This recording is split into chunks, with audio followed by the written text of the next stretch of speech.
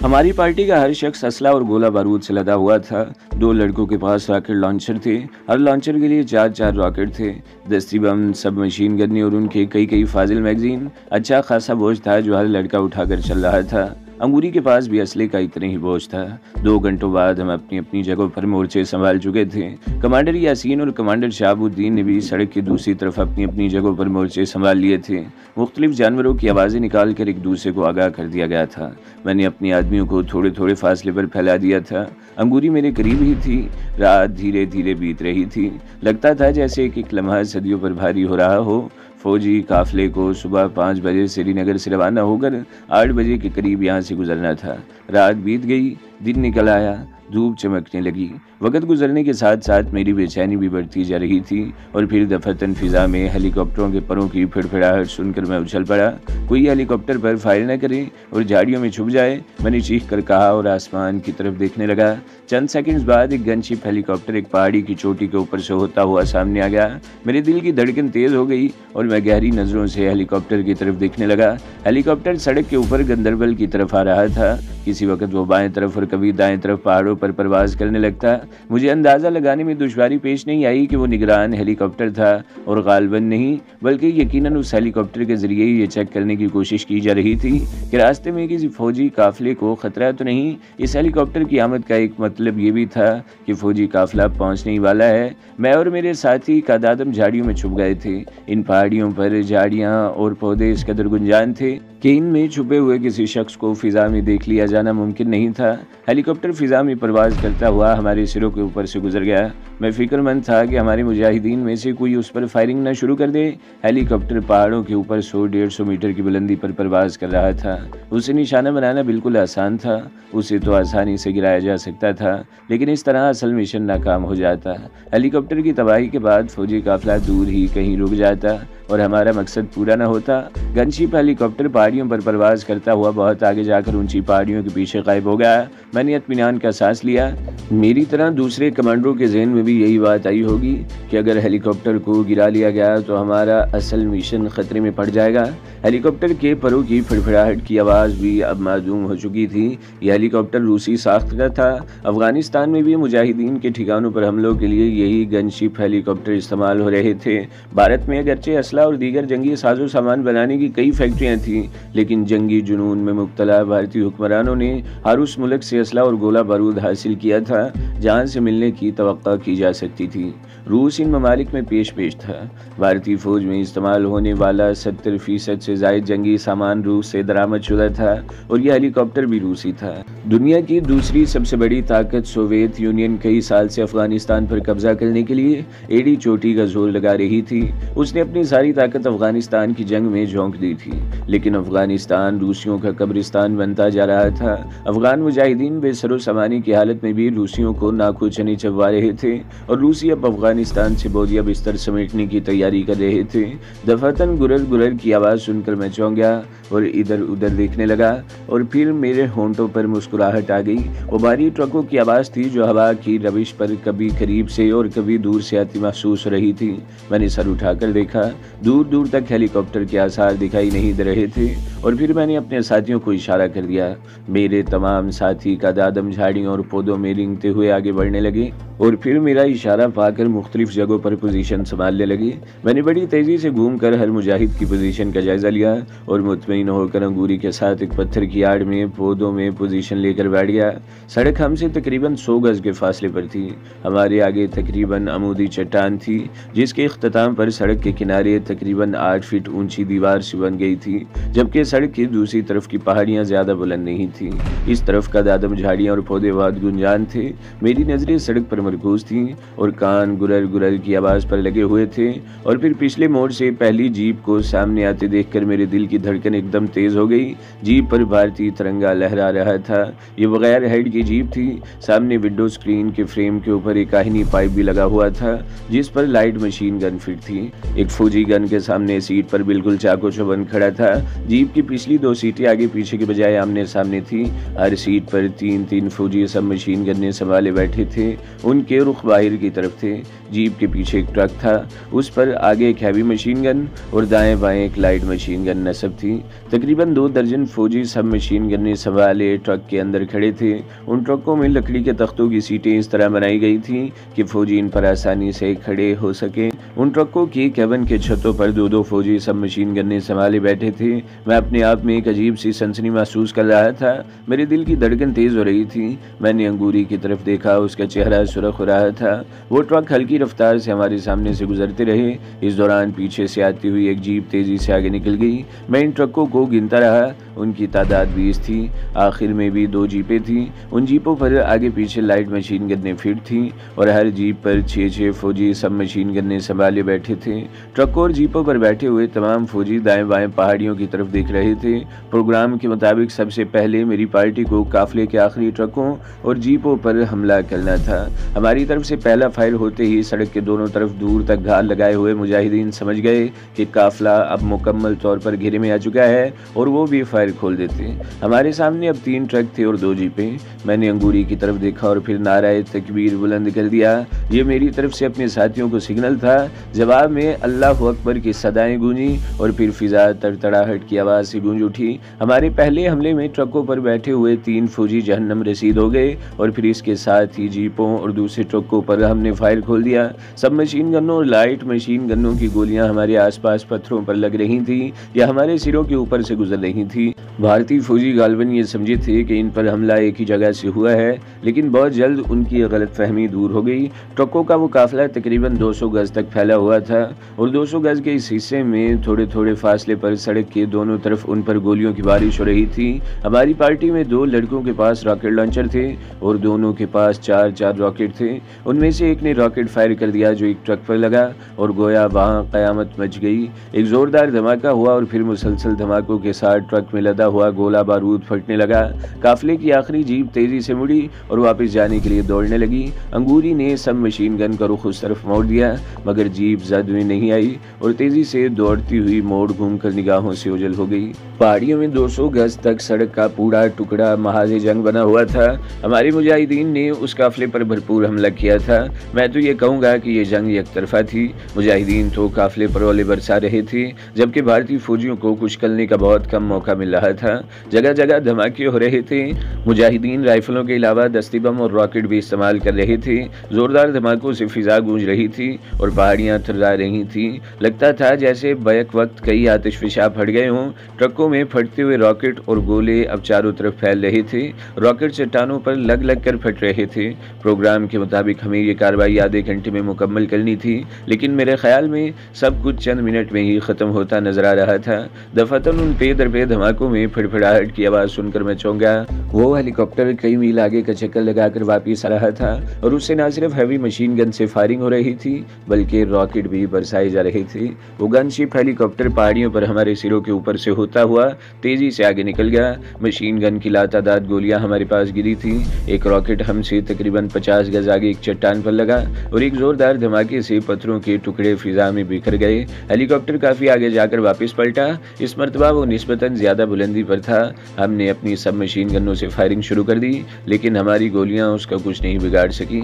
अलबत्ता हमारे एक साथी नासिर मशीन गन की एक गोली की जद में आ गया। नासिर की चीख सुनकर मैं तेजी से उस तरफ लपका। भारतीय मशीन गन की गोली ने इसके सीने में बहुत बड़ा सुराख कर दिया था। हर तरफ खून बिखरा हुआ था। मैं उसे देखकर कांप कर रह गया। उसके लिए अब कुछ नहीं किया जा सकता था। मैंने अपनी राइफल कांधे पर उठा ली और नासिर का रॉकेट लॉन्चर संभाल लिया। उसके पास सिर्फ एक रॉकेट बचा था। मैंने वो रॉकेट लॉन्चर लोड किया और ऊपर देखा। हेलीकॉप्टर पहाड़ियों पर गोलियों और रॉकेटों की बारिश करता हुआ बहुत आगे निकल गया था। उस तरफ से भी हेलीकॉप्टर पर फायरिंग हो रही थी, मगर वो महफूज ही रहा। मैंने अपनी मुजाहिदीन को ऊपर जाने का हुक्म दिया और अंगूरी का हाथ पकड़कर खुद भी बुलंदी की तरफ दौड़ने लगा। हेलीकॉप्टर एक तवील चक्कर काट कर एक मुख्तलिफ सिमत से हमारी तरफ आने लगा। मैंने अपने साथियों को चीख कर पत्थरों के पीछे पनाह लेने का हुक्म दिया और खुद भी एक बड़े पत्थर की आड़ लेकर लॉन्चर से उसका निशाना बांधने लगा। हेलीकॉप्टर बड़ी तेज़ी से गोलियां बरसाता हुआ आ रहा था। मेरा एक और साथी गोलियों की जद में आकर शहीद हो गया।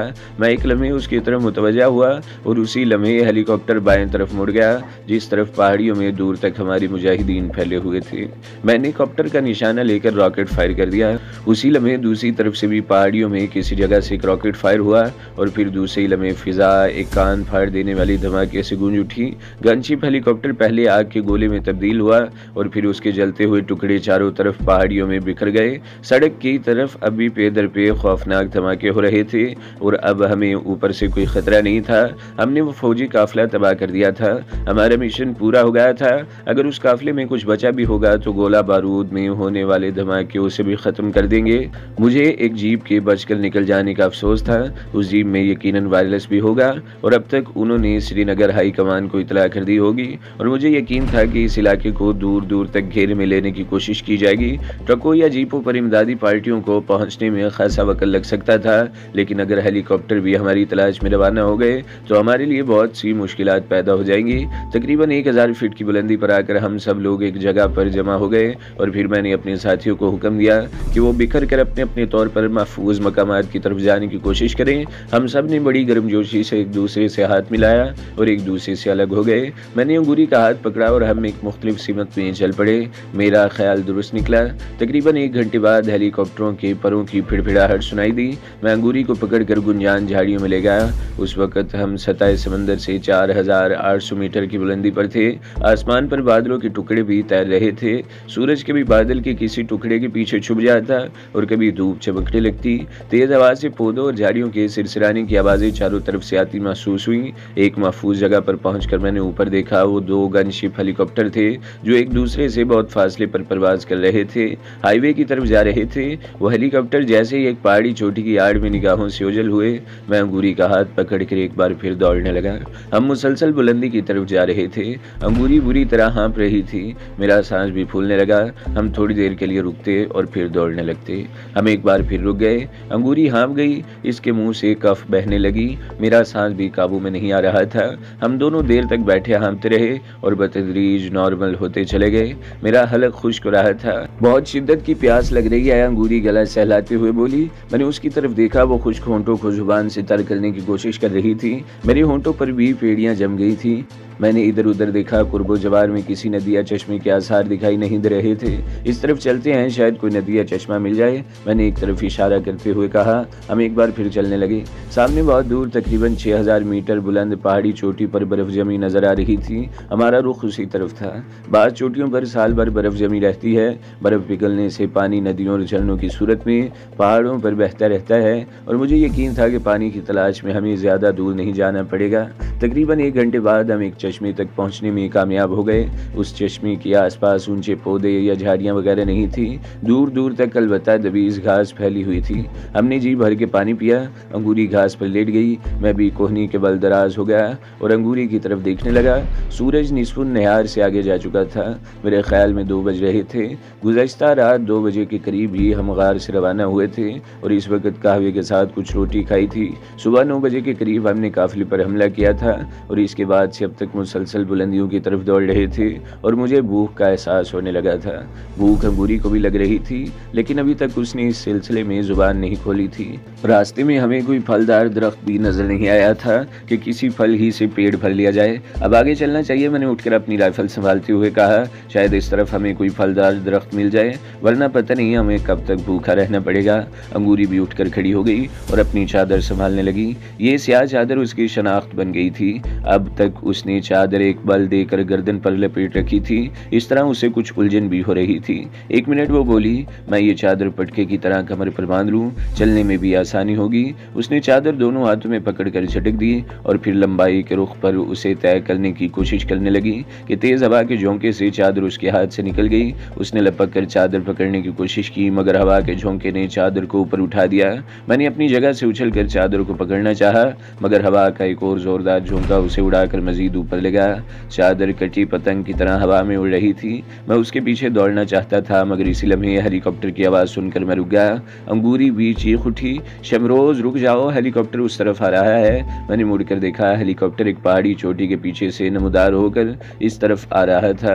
अंगूरी ने जल्दी से राइफल उठा ली और मैं उसका हाथ पकड़कर चट्टानों की तरफ दौड़ने लगा। हम उस वक्त खुली जगह पर थे, हेलीकॉप्टर वालों की नज़रों में आ सकते थे और फिर हवा में उड़ती हुई चादर हमारी मौजूदगी की निशानदेही कर सकती थी। मेरा खदशा दुरुस्त निकला, हमें देख लिया गया था। कॉप्टर उस वक्त काफ़ी बुलंदी पर था, लेकिन दूसरे ही लम्हे बड़ी तेज़ी से नीचे आने लगा। मैं अंगूरी का हाथ पकड़े दौड़ता रहा और फिर दफातन फिजा तड़तड़ाहट की आवाज़ से गूंज उठी। हम पर मशीन गन से गोलियां बरसाई जा रही थी। अंगूरी ठोकर खाकर गिरी। मैंने इसे दोबारा हाथ से पकड़कर उठाया और करीबी चट्टान नुमा पत्थर की तरफ छलांग लगा दी। कई गोलियां उस चट्टान नुमा पत्थर पर लगी। हेलीकॉप्टर आगे निकल गया। मैं अंगूरी का हाथ पकड़े चट्टानों में दौड़ता रहा। अंगूरी एक बार फिर लड़खड़ा कर गिरी। मैंने इसे दोबारा उठा लिया। यहाँ रुके तो हमें झिलनी कर देंगे, मैंने कहा। मुझसे नहीं चला जाता, मेरी टांगें शल हो रही हैं, अंगूरी ने हाँफते हुए कहा। हिम्मत से काम लो, मैंने कहा। वो हमें ऐसी अजियतनाक मौत मारेंगे कि तुम इसका तसव्वुर भी नहीं कर सकती। मैं अंगूरी को पकड़े चट्टानों में आड़े तिरछे रास्तों पर दौड़ता रहा। फिजा में हेलीकॉप्टर की आवाज़ मुसलसल सुनाई दे रही थी। कभी कभी चट्टानें मशीन गन की फायरिंग की आवाज़ से भी गूंज उठती। कुछ देर बाद अपने सिरों पर हेलीकॉप्टर की आवाज़ सुनकर मैं अंगूरी को घसीटता हुआ एक चट्टान के साथ चिपक गया। चट्टान के ऊपर एक बहुत बड़ा पत्थर साहिबान की तरह आगे झुका हुआ था और इसकी वजह से हमें फिजा से नहीं देखा जा सकता था। हेलीकॉप्टर फिजा में मुअल्लक हो गया था। उसका साया कुछ दूर बाएं तरफ की एक चट्टान पर दिखाई दे रहा था। तकरीबन 1 मिनट बाद वो साया हरकत में आ गया और कॉप्टर की आवाज़ बतदरीज दूर होती चली गई। हम 2-3 मिनट इसी चट्टान से चिपक कर खड़े रहे और फिर आहिस्ता आहिस्ता एक तरफ चलने लगे। अंगूरी की हालत नागुफ्ता थी, वो बार बार लड़खड़ा जाती। अगर मैं उसे न संभाले होता तो वो यकीनन गिर पड़ती और फिर रुकने का नाम न लेती। मैं एक दरार के करीब रुक गया। वो दरार इतनी कुशादा थी कि 2 आदमी पहलू ब पहलू आसानी से चल सकते थे। फिजा में थरथराहट की बढ़ती हुई आवाज़ सुनकर मैं समझ गया कि हेलीकॉप्टर दोबारा इस तरफ आ रहा है। मैं अंगूरी को खींचता हुआ उस दरार में घुसता चला गया। ये दरार तकरीबन 10 गज आगे जाकर दाएं तरफ मुड़ गई। उस तरफ घूमते हुए मैंने ऊपर देखा। बहुत ऊपर चट्टानें एक दूसरे के बहुत करीब थी और उनके दरमियान रोशनी की एक बारीक सी लकीर नजर आ रही थी। मुझे अपना दिल कनपट्टियों में धड़कता हुआ महसूस होने लगा। अगर किसी चट्टान का कोई हिस्सा गिर जाए तो ये दरार हमारा मकबरा बन जाए। लेकिन मैंने सर झटकते हुए इस ख्याल को जहन से निकाल दिया। ये चट्टानें हज़ारों साल से बल्कि न जाने कब से इस जगह इसी तरह खड़ी हैं और अब इनके गिरने का सोचना हमाकत के सिवा कुछ नहीं। अंगूरी मेरी गिरफ्त से हाथ छुड़ाकर चट्टान के साथ सिरकती हुई दोजानू होकर बैठ गई और आगे को झुकी बुरी तरह हाँफ रही थी। इसके मुंह से कफ बह रहा था और वो आस्तीन से बार बार पूछ रही थी। मैंने उसे उठाने की कोशिश नहीं की, बल्कि खुद भी उसके करीब बैठ गया। यहाँ हम किसी हद तक महफूज थे और कुछ देर आराम कर सकते थे। 20-25 मिनट गुजर गए। हेलीकॉप्टर की आवाज़ अब सुनाई नहीं दे रही थी। मुझे सिर्फ एक अंदेशा था कि भारतीय फौजी कॉप्टर से उतरकर इन चट्टानों में हमारी तलाश न शुरू कर दें। एक इत्मीनान ये भी था कि इन संगलाख और नोकीली चट्टानों में ऐसी कोई जगह नहीं थी जहाँ हेलीकॉप्टर उतर सकता। हम एक बार फिर आगे चलने लगे। दरार चट्टानों में कभी दाएं तरफ मुड़ जाती और कभी बाएं। किसी जगह तो ये इस कदर कुशादा हो जाती कि 8-10 आदमी आराम से साथ साथ चल सकते थे और कहीं इस कदर तंग कि हमें आगे पीछे होकर चट्टान के साथ घिसट कर चलना पड़ता। तकरीबन 100 गज का फासला तय करने के बाद हम एक बार फिर रुक गए। ये जगह काफ़ी कुशादा थी और ऊपर भी आसमान नज़र आ रहा था। चंद मिनट बाद मैं फिर आगे बढ़ने लगा। 20 गज आगे दरार 2 हिस्सों में तकसीम हो गई थी। मैं दाएं तरफ मुड़ गया। उस तरफ रास्ता काफ़ी कुशादा था। अंगूरी अब फिर बार बार रुक रही थी। मेरे पेट में दर्द हो रहा है, अब मुझसे नहीं चला जाता। वो एक हाथ पेट पर रखकर दोहरी हो गई। थोड़ा सा और, मैंने कहा। हम जल्द ही किसी खुली जगह पर निकल आएंगे और किसी महफूज जगह पर बैठकर आराम कर लेंगे। इन चट्टानों से निकल कर किसी न किसी जगह हमें पानी भी मिल जाएगा। मुझे भूख लग रही है, वो कराहते हुए बोली। इन चट्टानों से बाहर निकले तो शायद कोई चीज़ खाने को भी मिल जाए, मैंने जवाब दिया। भूख मुझे भी लग रही थी, लेकिन जाहिर है मैं अंगूरी की तरह कराह नहीं सकता था। इसके बरक्स मैं उसका हौसला बढ़ाता रहा और उसे हाथ से पकड़े खींचते हुए चला गया। दरार बाएं तरफ मुड़ गई और इसके साथ ही मैं रुक गया। उससे आगे गार था और ये गार किसी सुरंग की तरह खासा तवील था। उसके दूसरे सिरे पर रोशनी का दायरा सा नजर आ रहा था। वो गार का दहाना था। उस गार के दूसरी तरफ हमें यकीनन पानी भी मिल जाएगा। जाएगा और कुछ खाने को भी। अंगूरी ने हंसते हुए मेरी बात काट दी। तुम दूसरों को बहलाना खूब जानते हो, मुझे तो लगता है हम इन चट्टानों से कभी बाहर नहीं निकल सकेंगे। मैं मायूस नहीं हूँ अंगूरी, मैंने जवाब दिया।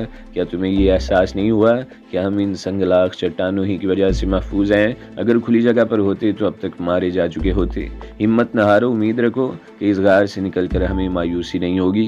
गार में अंधेरा सा था, मैं अंगूरी का हाथ पकड़े चलता रहा। तकरीबन 10 मिनट बाद हम गार के दूसरे दहाने पर पहुंच गए और इसके साथ ही मेरे मुंह से गहरा सांस निकल गया। गार की दूसरी तरफ अमूदी ढलान थी और नीचे उतरने का कोई रास्ता नजर नहीं आ रहा था। सामने हजारों फीट नीचे सरसब्ज वादी फैली हुई थी। मेरे करीब खड़ी हुई अंगूरी ने भी यह मंजर देखा। इसके मुंह से भी एक गहरा सांस निकल गया, जैसे गुब्बारे से हवा निकल गई हो।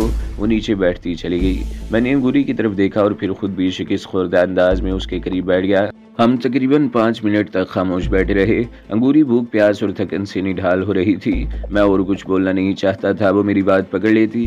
तुम कहते थे इन पहाड़ियों ने हमें पनाह दे रखी है, अब यही चट्टानें हमारे लिए मौत के जाल बन गई हैं। अंगूरी ने मेरी तरफ देखते हुए कहा।